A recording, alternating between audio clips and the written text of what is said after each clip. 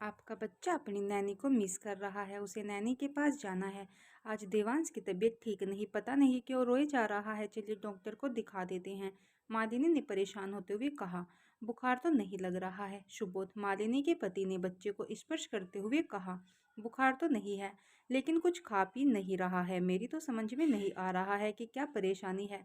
शायद पेट में दर्द हो रहा होगा। यही सोचकर मैंने पेट दर्द की दवा भी दे दी, लेकिन कोई फर्क नहीं पड़ा।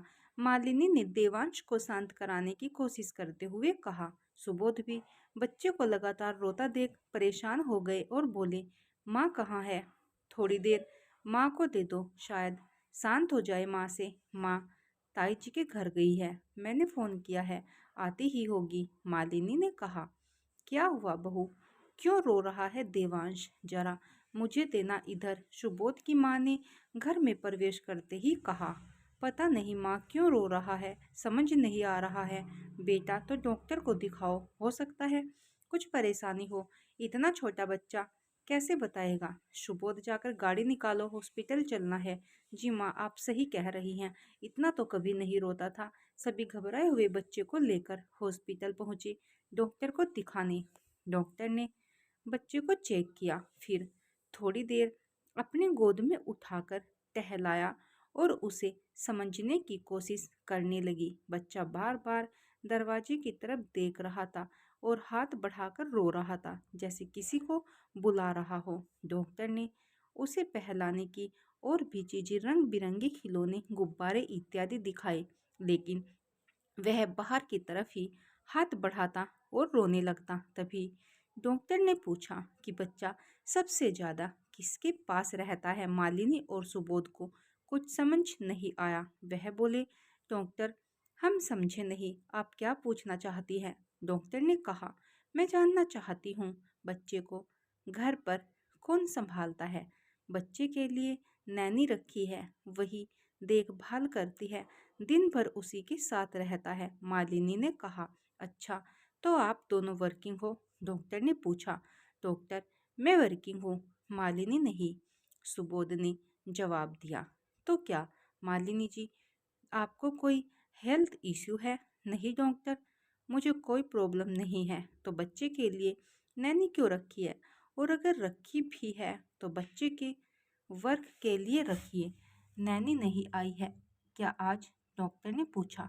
नहीं डॉक्टर, वह अपने गांव चली गई है, अब नहीं आएगी, हम दूसरी नैनी ढूंढ रहे हैं इसके लिए, सुबोध ने जवाब दिया। आपको पता है बच्चा क्यों रो रहा है? डॉक्टर ने मालिनी और सुबोध से पूछा। नहीं डॉक्टर, हमें समझ नहीं आ रहा है, इसीलिए तो आपके पास आए हैं। हमें लगा उसकी तबीयत खराब है, मालिनी ने कहा। नहीं, बच्चे का हेल्थ ठीक है, उसमें कोई प्रॉब्लम नहीं है। आपका बच्चा अपनी नैनी को मिस कर रहा है, उसे नैनी के पास जाना है।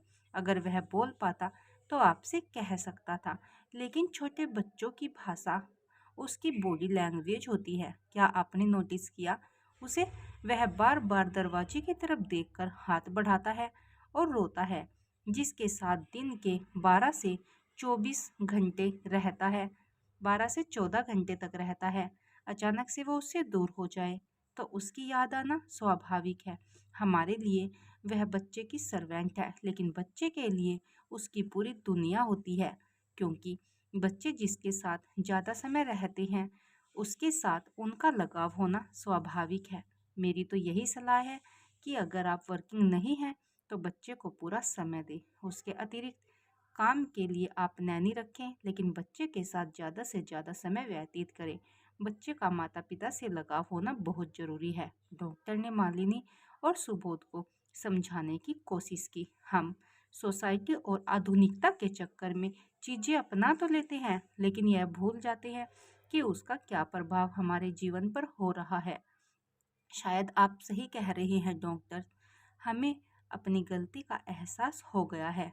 अब हम बच्चे को पूरा समय देंगे ताकि बच्चे का हमसे लगाव हो सके और आगे कोई ऐसी प्रॉब्लम ना हो। Thank you doctor. दोस्तों, आपकी क्या राय है इस विषय पर? कमेंट करके ज़रूर बताइएगा। कहानी अच्छी लगे तो प्लीज़ वीडियो को शेयर, लाइक और सब्सक्राइब करके हमें सपोर्ट ज़रूर कीजिएगा। धन्यवाद।